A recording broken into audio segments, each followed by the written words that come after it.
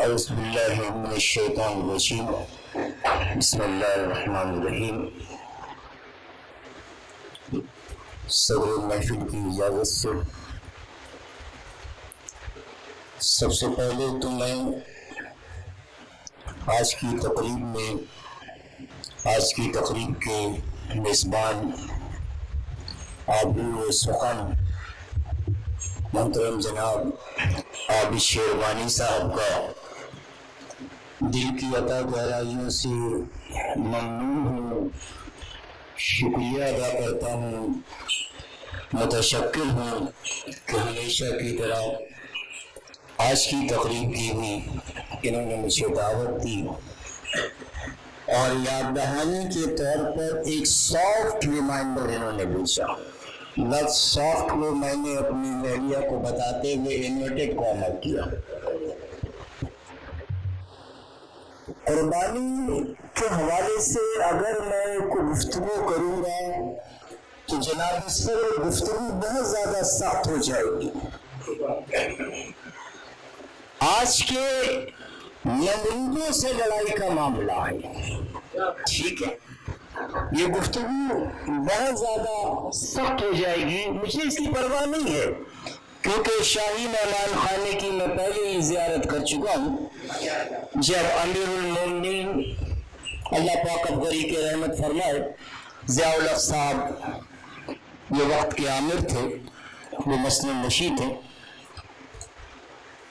قربانی کا لفظ برصغیر میں عام ہے، لیکن لفظ قربان یہ عربی زبان کا لفظ ہے، عربی زبان کا لفظ ہے جس کا بنیادی مادہ پہلا معنی تو مفہوم کے اعتبار سے یہ ہے کہ اللہ کا قرب حاصل کر لیا جائے، اور قرآن مجید فرقان حمید کی ایک آیت مبارکہ ہے جس کا مفہوم یہ ہے کہ تمہارے قربانی کا گوشت اور خون رب کعبہ کو نہیں پہنچتا، تقویٰ پہنچتا ہے۔ یعنی ہمیں اپنے اندر کے جانور کی بھی قربانی کرنی ہے۔ یہ جانور نفس کا جانور یہاں پر دو حصے ہو جاتے ہیں، ایک انفرادی قربانی اور ایک اجتماعی قربانی۔ انفرادی قربانی میں یہ ہے کہ ہم اپنے اندر کے نفس کے میوے کے گلے میں چھری پھیریں، ہم اپنے اندر کے کینہ کو قربان کریں، ہم اپنے اندر کے حسد کو قربان کریں۔ لیکن اگر اجتماعی قربانی کی بات آئے گی تو پھر IMF کو بھی قربان کرنا پڑے، اگر اجتماعی قربانی کی بات آئے گی تو پھر IMF کو بھی قربان کرنا پڑے گا، اپنے پیروں پہ کھڑا ہونا پڑے گا، آپ کو لینڈ ریفارمز کرنی پڑے گی، آپ کو سیاسی لحاظ سے شفاف ٹرانسپیرنٹ الیکشن کرانے پڑیں گے، اور آئین کے مطابق اس کی پوری مدت انہیں پوری کر کے دینی پڑے گی۔ ٹرانسپیرنٹ سے مراد یہ گلاس ہے، صاف الیکشن نہیں 45-47 میں تبدیل ہو ایسا الیکشن نہیں۔ تھوڑا سا اور بات آگے چلی جائے گی۔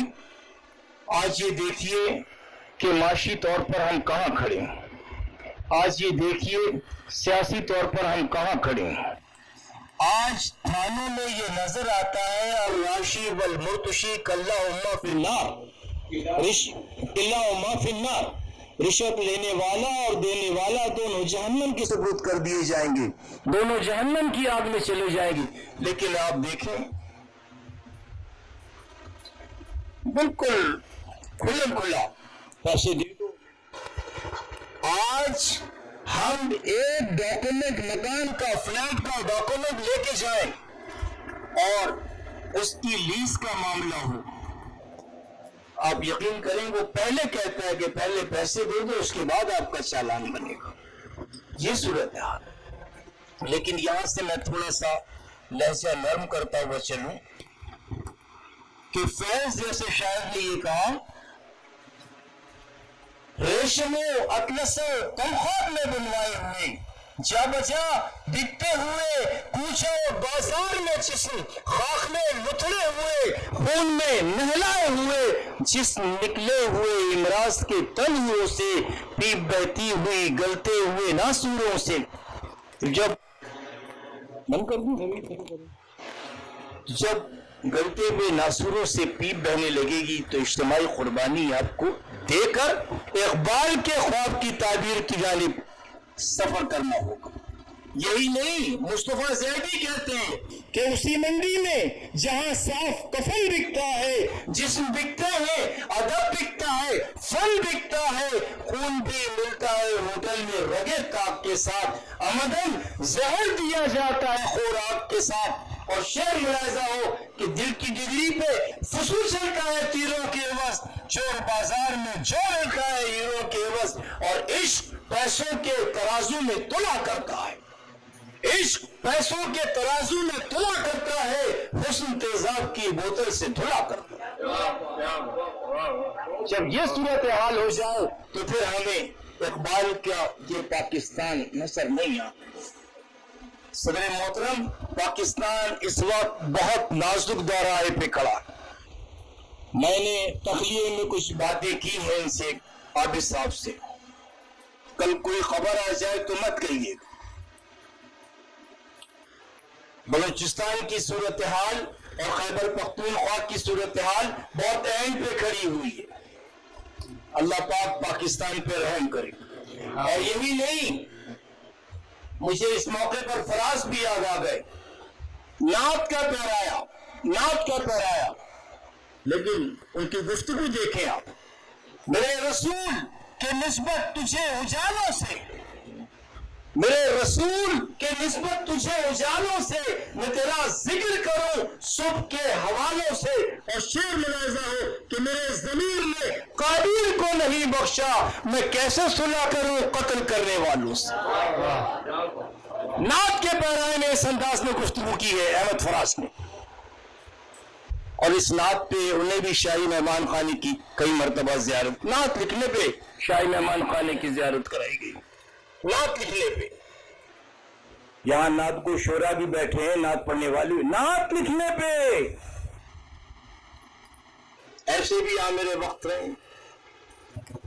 باہر کیف صورتحال پاکستان کی اس وقت بہت نازک ہے، خاص کر خیبر پختونخوا اور بلوچستان کے معاملات بہت خراب ہیں.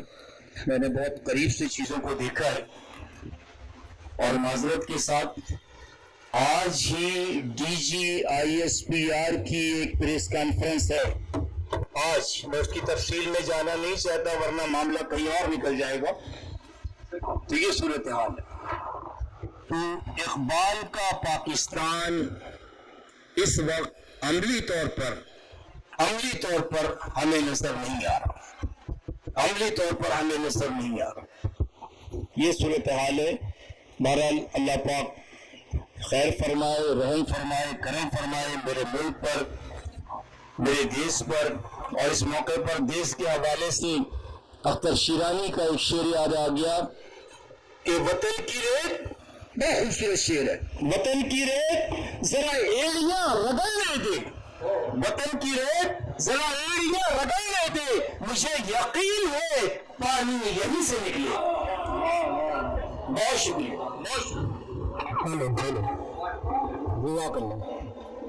یہ جناب محترم خورشید احمد صاحب